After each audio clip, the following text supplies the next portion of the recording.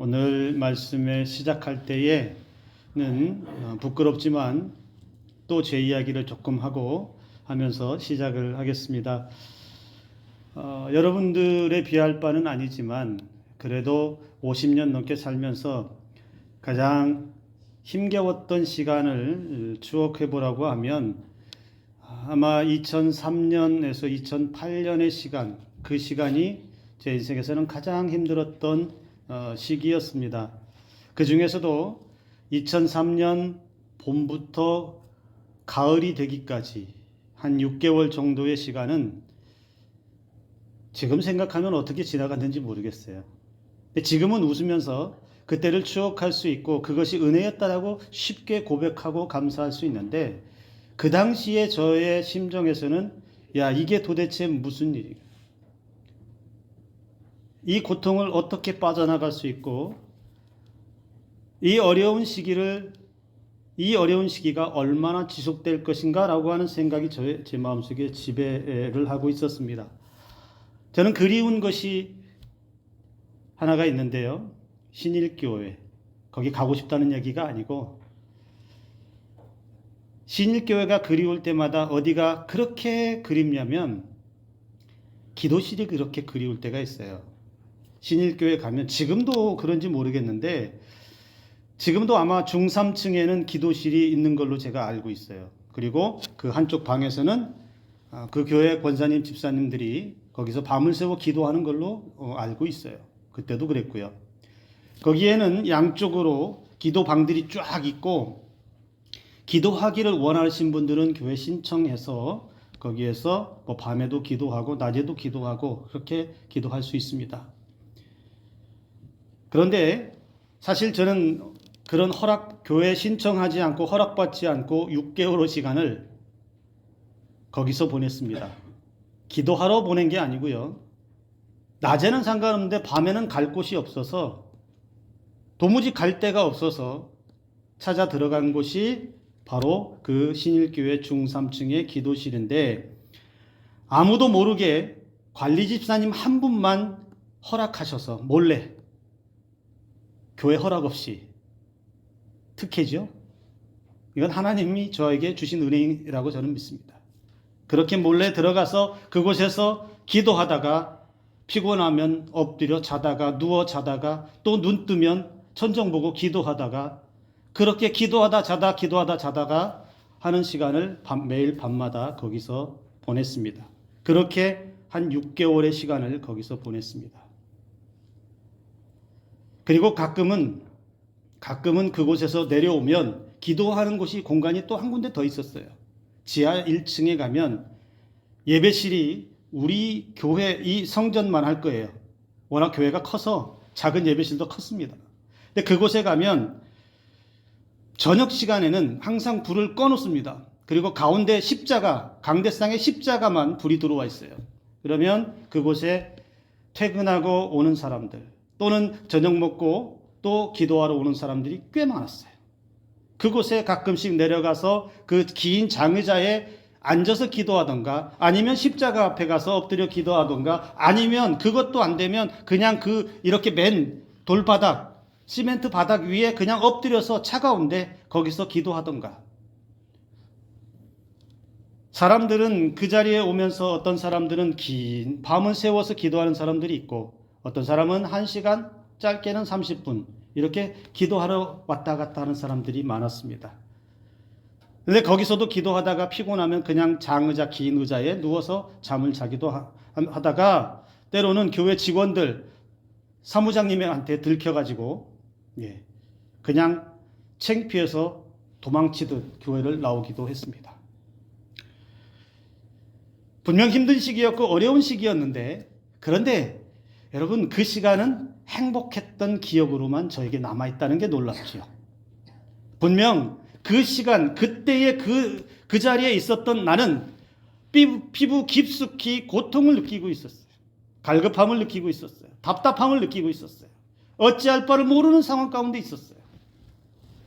그런데 그 6개월의 그 기도실에서 잠을 자고 기도했던 그 시간이 제 인생에서는 잊을 수 없는 가장 값진 시간을 보냈다라고 저는 그렇게 믿고 있습니다.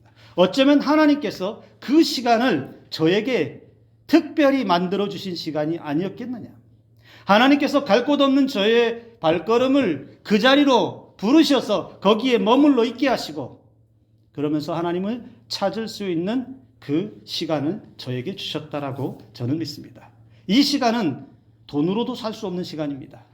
이 시간은 그 무엇과도 바꿀 수 없는 시간입니다. 그 시간이 있었기에 아마도 오늘에 제가 있지 않았겠나라는 생각도 같이 해봅니다. 저에게 그때에 그렇게 기도하면서 하나님을 붙들고 기도할 때에 저에게 힘이 되었고 위로가 되었고 나아갈 방향을 알려준 말씀이 있습니다. 여러분 요한복음 8장 29절 말씀 우리 화면에 있는데 다 같이 한번 읽어보겠습니다. 함께 읽습니다. 나를 보내신 이가 나와 함께 하시도다. 나는 항상 그가 기뻐하시는 일을 행함으로 나를 혼자 두지 아니하셨느니라. 아멘. 하나가 더 있습니다. 창세기 28장 15절 말씀 함께 읽습니다. 내가 너와 함께 있어 네가 어디로 가든지 너를 지키며 너를 이끌어 이 땅으로 돌아오게 할지라. 내가 네게 허락한 것을 다 이루기까지 너를 떠나지 아니하리라 하신지라. 성경에 수많은 말씀들이 있지요. 위로가 되고 힘이 되는 말씀이 많습니다. 그런데 특별히 저에게 그 6개월의 시간 동안에 이 두 구절의 말씀을 매일같이 붙들었어요. 하나님께서 이 말씀대로 반드시 나를 혼자 두지 아니하시고 내게 약속한 것을 이룰 때까지 떠나지 않겠다라고 하는 이 약속을 붙잡고 기도하는데 여러분 놀라운 것은요. 현실의 삶은 바뀌지 않아도 힘은 납니다. 그 자리에서 눈물이 쏟아지는 자리여도 하나님이 나를 회복하신다라고 한 분명히 믿음이 생길 때마다 힘이 납니다. 내 고통이 이것이 영원하지 않다라는 걸 분명히 확신할 수 있었습니다. 나의 갈급함과 목마름이 곧 하나님께서 적셔주실 시원케 하실 은혜가 있다라는 것을 확신할 수 있는 시간이었다라는 겁니다. 오늘 저와 여러분들의 인생의 길에서 우리가 갈급하게 느껴졌을 때가 있지요. 정말 앞을 보아도 뒤를 보아도 갈 곳 없을 때 내가 어떻게 손을 써야 할지 모르고 답답할 때 있지요. 특별히 문제가 없는 것 같은데 내 마음이 공허할 때가 있습니다. 목마를 때가 있습니다. 무언가 채워지지 않은 갈증을 느낄 때가 있다라는 것이죠. 삶에가 문제가 있든 없든 간에 우리 인생은 어쩌면 그런 공허함과 갈급함은 늘 만나는 것 같습니다. 그런데 중요한 것은 그걸 그냥 흘려보내느냐 아니면 그때에 목마를 때에 갈급할 때에 곤고할 때에 내 인생을 어디로 방향을 돌릴 것이냐 우리에게 오늘 하나님은 본문의 말씀 가운데 우리에게 가르쳐 주시고 있습니다. 오늘 이 본문의 말씀은 이사야 55장의 이 말씀은 이스라엘 백성들이 바벨론에 끌려오고 나서 오랜 기간 동안 포로 생활을 하고 있을 때 그들은 답답했습니다. 그들은 곤고했습니다. 하나님의 정의와 공의에 목말라 했고 하나님의 은혜가 임하기만을 간절히 원했지만 그들의 팍팍한 삶은 매일같이 펼쳐졌습니다. 당시 이스라엘 백성들이 소원했던 간절한 소망은 하루빨리 나라가 회복되고 세상에 물질과 행복을 얻기를 간절히 원했습니다. 나라가 회복되고 개인의 삶이 가정이 회복되고 경제적 상황이나 개인적인 여러 가지 상황들이 회복되어서 행복한 삶을 누리고 싶었을 것입니다. 그런데 현실의 삶은 그렇지 못했기에 더 답답한 것이겠지요. 그러한 시대를 걸어가는 백성들에게 이사야 선지자를 통해서 말씀합니다. 목마른 사람들에게 값없는 은혜를 베푸시고 그들의 영혼을 살리시는 언약을 맺으실 하나님의 음성을 이스라엘 백성들에게 선포하고 있는데 그런데 이 이스라엘 백성들에게 선포하고 있는 이 말씀은 오늘 저와 여러분들에게도 똑같이 선포하고 있는 줄을 믿으시길 바랍니다. 오늘 말씀에 여러분 목마른 자들, 돈 없는 자들이라는 표현을 쓰고 있습니다. 목마르고 돈 없는 자들은 그럼 누구라는 말일까요? 그냥 단지 물을 못 마셔서 목마르다는 것일까요? 경제적으로 돈이 없어서, 재산이 없어서 가난하다고 돈 없는 자들이라고 할까요? 그런 것보다는 인생의 목마름, 영혼의 목마름, 그 인생의 궁핍함, 이스라엘 백성들이 처한 삶의 모습이 그랬고 그들이 살아가는 삶의 현실이 그렇게 고단한 인생들이었다라는 것을 여기서 보여주고 있고, 더 넓게 해석하면 오늘을 살아가는 우리의 삶도 고단한 인생길을 걸어간다라고 할 수 있지요. 그래서 그러한 인생들, 목마른 사람들, 돈 없는 사람들, 곤고한 사람들, 인생의 갈급함을 가지고 있는 사람들을 향해서 우리 하나님께서 부르십니다. 초청하고 계십니다. 오라! 오라! 너희는 와서 사 먹되 돈 없이 값 없이 와서 포도주와 젖을 사라. 목마른 자들, 돈 없는 자들 다 오라는 겁니다. 누구에게로요? 하나님께로 오라는 겁니다. 마치 진수성찬을 거하게 차려놓고 그 식탁의 자리에 초대하는 것과 같습니다.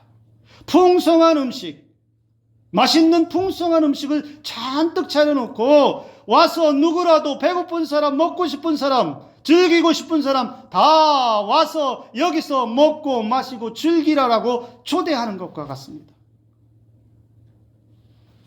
그렇다면, 그렇게 초청하셨다면 그 초청에 응답하고 가서 베풀어 주신 그 은혜를 먹어야 하지 않겠습니까?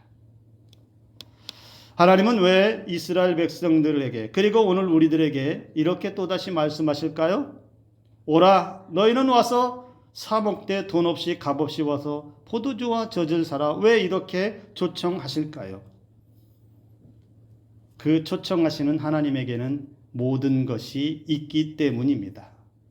모든 것을 가지고 있는 분, 세상의 어떤 부자보다, 세상의 어떤 권력자보다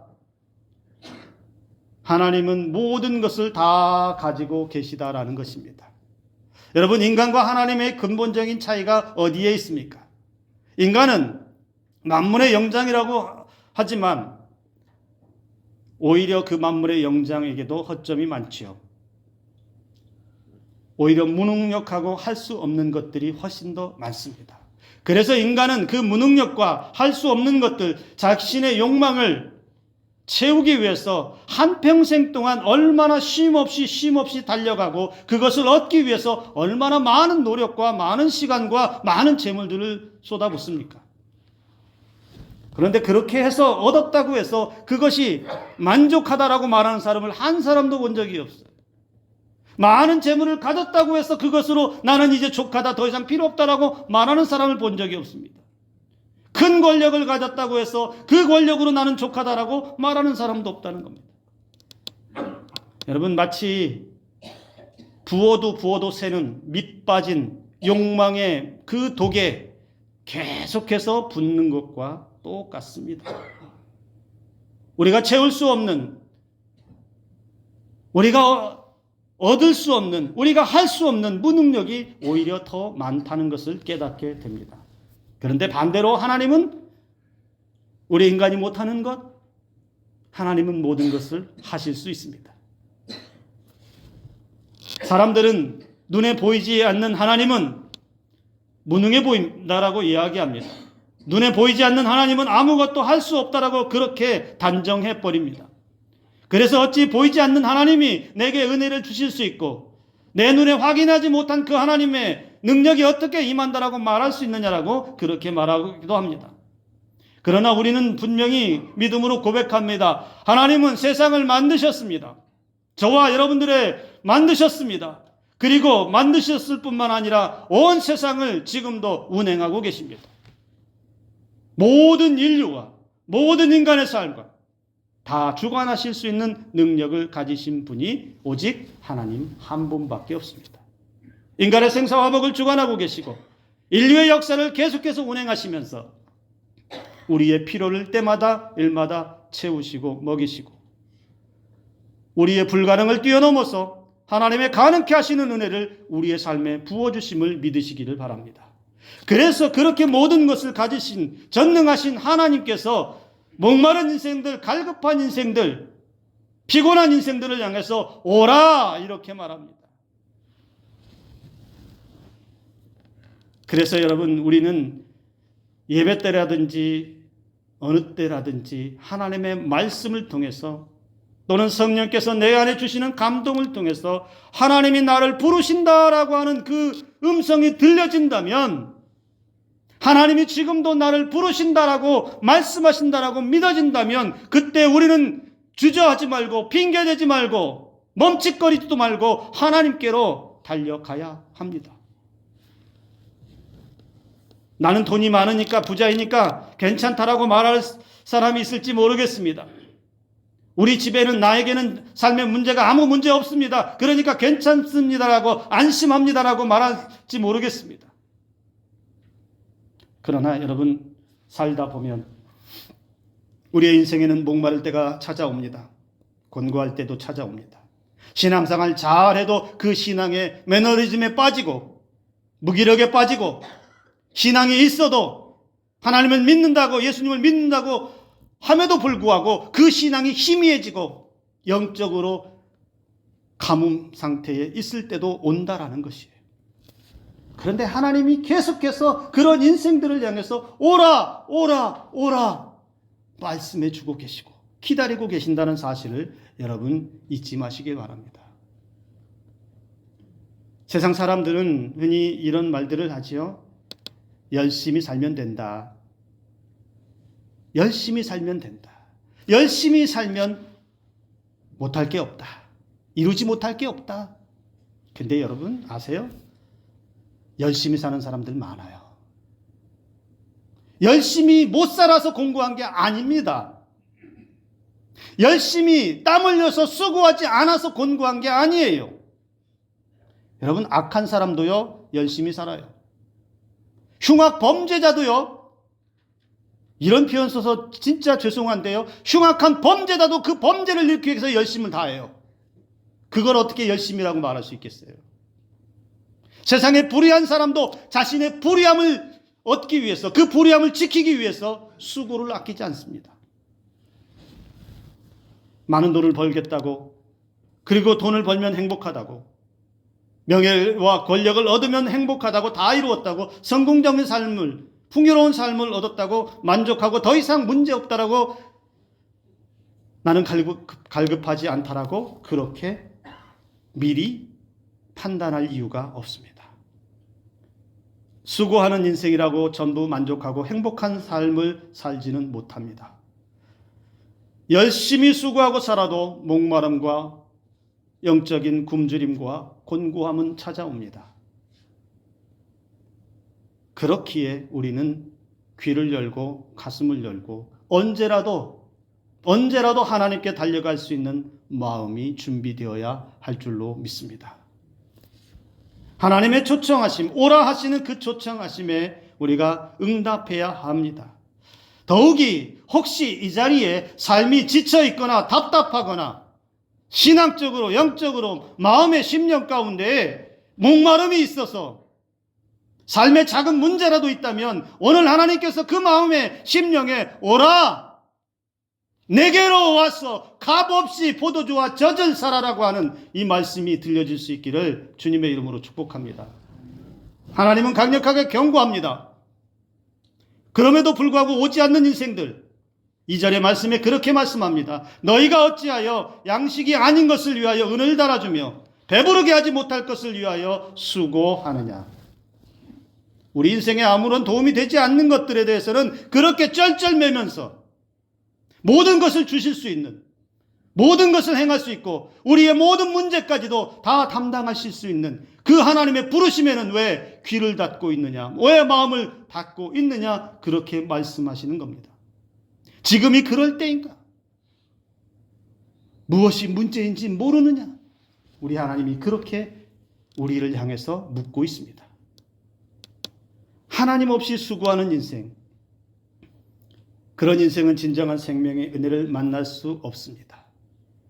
늘 살아도, 열심히 살아도 하나님 없이 수고하는 그 인생, 피곤할 수밖에 없고 메마를 수밖에 없고 곤고할 수밖에 없습니다. 우리는 하나님의 부르심 앞에 겸손하게 나아가야 합니다. 그래서 하나님께서는 또 우리에게 말씀합니다. 3절에서 하나님께서 이사야 선지자를 통해 말씀합니다. 그 부르심의 초청에 응답하고 간 사람들은 어떻게 해야 됩니까? 내게 듣고 들으면이라는 말씀합니다. 무엇라고 합니까? 하나님께 가서 뭘 하라고 하는 것이죠? 들으라는 것이죠. 3절의 말씀 여러분 다시 한번 집중해서 보면 너희는 귀를 기울이고 내게로 나와 들으라 말씀합니다. 너희는 귀를 기울이고 내게 나와 들으라. 여러분, 하나님께 나아가는 첫걸음, 하나님의 말씀에 귀를 열고 듣는 것에서부터 출발해야 된다. 하나님께 달려가서 하나님이 뭐라고 말씀하신지를 귀를 열어놓고 가슴을 열어놓고 들어야 된다라고 그렇게 말씀합니다. 하나님의 뜻이 무엇인지, 내가 곤고한 이유가 무엇인지, 내 마음이 답답한 이유가 무엇인지, 하나님께서 이 문제 가운데, 내 공고함 가운데 원하시는 뜻이 무엇인지 들으라는 겁니다. 그래야 문제의 해결책이 하나님으로부터 나오고 그 문제를 알아야 내가 어떻게 해야 될지, 하나님 앞에 어떻게 나아가고 하나님이 어떻게 말씀하시는 듣고 내 삶의 방향을 바꿀 수 있다라는 것이죠. 여러분, 시험 보면, 학생들이 시험 보면 시험을 망치는 학생들의 특징의 대표적인 게 뭔지 아세요? 저도 그런 경험을 신학교 때 많이 했는데, 공부 못하고 시험 성적이 안 좋은, 시험 문제를 잘 못 푸는 학생들의 대다수의 오류가 어디에서 나타나냐면 문제를 제대로 안 읽는 데서 나타나요. 문제를 앞에만 딱 보고 뒤에를 안 봐요. 아, 이건 이거야. 성급하게 앞에만 절반만 읽고 뒤에서 정말 중요하게 물어보는 거 안 보고 답을 체크해다 다 틀려요. 이건 제 경험에서 하는 얘기예요. 문제를 제대로 읽지 않기 때문에 좋은 성적을 얻을 수 없는 것처럼 우리의 인생의 문제를 나는 잘 몰라요. 분명히 현상적인 것은 알지만 이게 왜 이런 일들이 일어나고 이 문제 가운데 내가 어떻게 해결을 해야 될지를 나는 잘 몰라요. 그런데 하나님이 아신다는 거예요. 그래서 필요한 게 뭐냐? 초청하시는 부르심 앞에 달려가서 하나님이 말씀하시는 그 소리에 귀를 기울이고 들어라. 우리 하나님이 그렇게 말씀하신다는 겁니다. 들어야 하나님의 생각을 알 게 아니겠습니까? 들어야 어디로 가야 할지 발걸음을 옮길 수 있지 않겠습니까? 그게 신앙인 아니겠습니까? 오늘 저와 여러분들도 마음이 답답하시거나 혹시나 앞으로도 그러한 삶이 펼쳐진다면 하나님께 달려가서 하나님이 말씀하시는 그 말씀에 귀와 마음을 열고 먼저 듣고 자세히 듣고 하나님께서 말씀하시는 음성이 여러분들의 삶의 문제를 해결할 수 있기를 주님의 이름으로 축복합니다. 그러면서 또 6절에 이 말씀을 하십니다. 너희는 여호와를 만날 만한 때에 찾으라. 가까이 계실 때에 그를 부르라. 나는 건강하니까 아직 시간이 있다라고 생각하는 사람들 많습니다. 나는 아직 건강하니까 괜찮아. 내 삶에 아직 불편함 없으니까 괜찮아. 나는 아직 즐기고 싶은 것도 많고 하고 싶은 것도 많고 해야 할 일도 많으니까 나중에. 나는 지금 신앙생활 수십 년 동안 잘하고 있으니까 아무 문제 없어. 가장 위험한 사람들의 사례입니다. 하나님의 은혜가 가까이 있을 때 하나님을 부르시기 바랍니다. 지금 하나님의 은혜로 살고 있다고 그때 멀어지지 않기를 주님의 이름으로 축복합니다. 하나님은 모든 사람들에게 각자에게 기회의 시간을 다 주셨습니다. 저와 여러분들 각자에게 허락하신 시간들이 다 있습니다. 그러나 그 시간은 무한정 주어지지 않습니다. 가까이 계실 때, 하나님이 부르실 때, 그 기회의 시간을 우리의 삶에서 놓치면 우리는 계속해서 공허함의 삶에서 쳇바퀴 돌듯이 그렇게 살아갈 수밖에 없다라는 것이죠.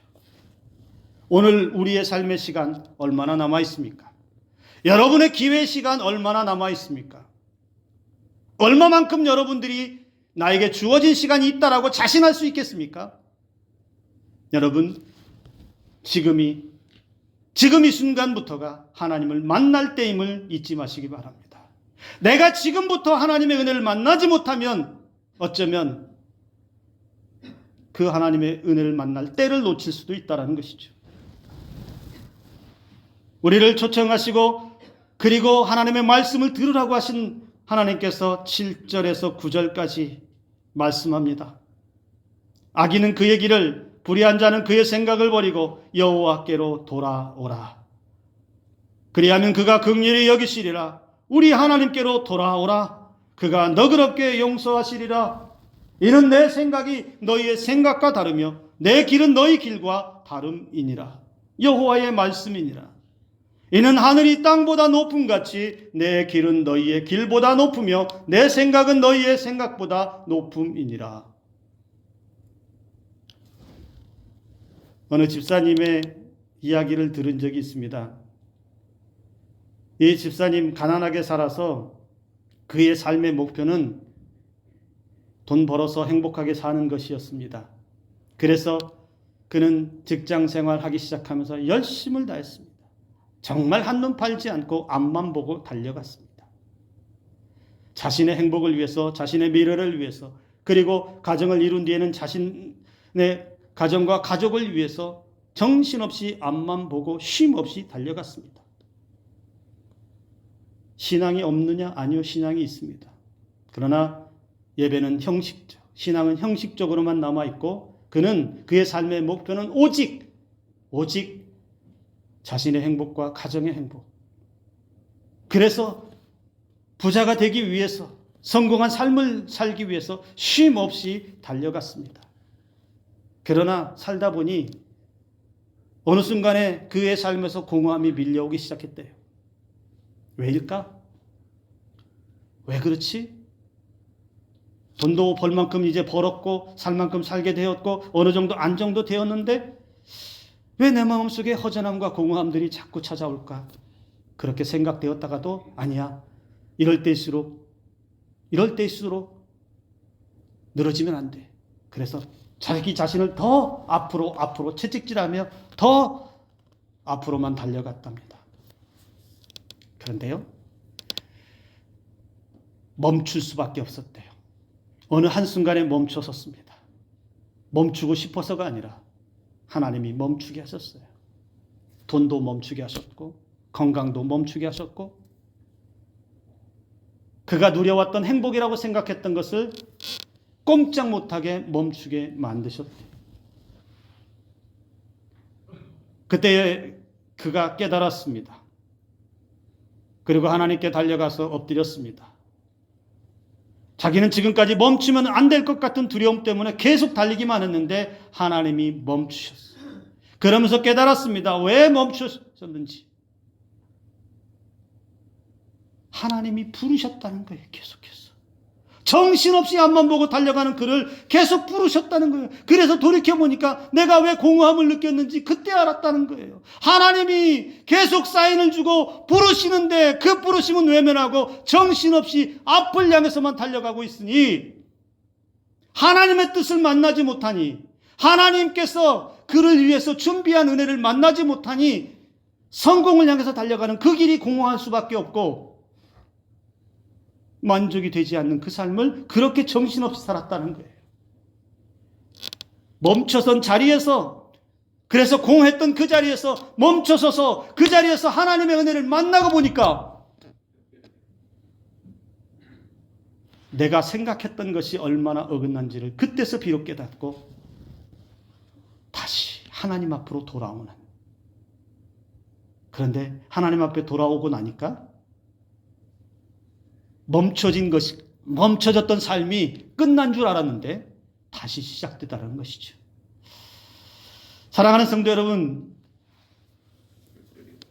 여러분을 향한 하나님의 생각을 아십니까? 하나님께서 여러분들을 향해서 어떤 생각을 가지시고 어떤 계획을 가지신지 알고 계십니까? 오늘 성경은 분명히 말씀합니다. 너희 생각과 내 생각이 다르다라고 말씀하십니다. 무슨 말일까요? 우리가 생각하는 것이 전부라고 생각하면서 열심을 다해서 앞을 달려가지만 하나님은 우리를 향한 계획과 생각은 우리가 꿈꾸고 소망하고 생각하는 것과는 차원이 다르다는 거예요. 하나님의 생각은 우리가 생각하는 것보다 높고 깊다라고 말씀하십니다. 그런데 우리가 신앙인이라고 하면서 하나님의 생각을, 나에 대한 생각을, 나에 대한 계획을 알지도 못하면서 어떻게 하나님 앞에 복을 달라고, 잘되게 해달라고 간구할 수 있겠어요? 하나님의 뜻이 무엇인지도 모르면서 그 말씀을 듣지도 않고 하나님의 생각을 알지도 못하면서 매번 기도할 때마다 하나님 이거 주세요, 이거 주세요, 이 문제 해결해 주세요만 앵무새처럼 외치고 있다면 하나님이 얼마나 답답하시겠어요? 제발 내 말 좀 들어봐라. 내 생각을 좀 들어봐라. 너에 대한 계획을 좀 제발 좀 한 번만 들어봐라 라고 하나님은 계속해서 사인을 보내고 있다는 거예요. 오늘 그 음성을 들을 수 있기를 바랍니다. 하나님이 과연 나에게 무슨 생각을 가지고 계신지 들어야 합니다. 우리는 하나님의 뜻을 알아야 합니다. 그래야 기도할 때 힘이 나지요. 그래야 내가 기도하는 것이 막연한 허공을 때리는 것이 아니라 하나님의 뜻이 여기에 있기 때문에 나는 그 뜻을 간구하고 내 삶의 문제가 무엇인지 잘 몰라도 하나님이 분명히 이 문제 가운데 하실 일이 있다라는 하나님의 계획을 알 때에 내가 그 고난과 그 목마름과 그 공고함 가운데 힘을 얻을 수가 있지요. 여전히 내 생각과 고집대로 살아가는 삶이 아니라 하나님의 생각대로 끌어주시고 보여주시고 이루어주시는 삶을 우리는 바라보아야 합니다. 내 판단과 내 생각이 잘못된 것이 있다면 어디서부터 어떻게 얼마나 잘못되었는지 하나님의 말씀을 들음을 통하여서 우리는 하나님께 더 가까이 가기 위해서, 더 귀를 열기 위해서, 가슴을 열기 위해서, 그래서 값없이 주시는 은혜를 얻기 위해서 우리는 힘써야 합니다. 사순절 두 번째 주일은 우리가 지납니다. 사순절 매번 지나가는 절기. 그러나 여러분 이 절기 가운데서도 하나님은 계속해서 우리의 마음속에 노크를 하고 계십니다. 오라, 오라. 목마른 자들도, 가난한 자들도, 곤고한 자들도, 삶에 문제가 있는 자들도, 어떠한 사람도 오라, 와서 내게 들으라. 그리고 우리의 생각과는 다른 하나님의 생각을 들으라. 그러면 우리에게 가장 좋은 것으로 먹이시고 우리의 삶의 지경을 안전하게 하시는, 그렇게 인도하시는 하나님의 은혜를 저와 여러분들이 만날 수 있기를 주님의 이름으로 축복합니다. 오늘 하나님께서 저와 여러분들을 이렇게 부르십니다. 너희 목마른 자들아, 목마른 아무개야 물로 나오라. 돈 없는 자도 오라. 너희는 와서 사 먹되 돈 없이 값 없이 와서 포도주와 젖을 사라. 기도하겠습니다.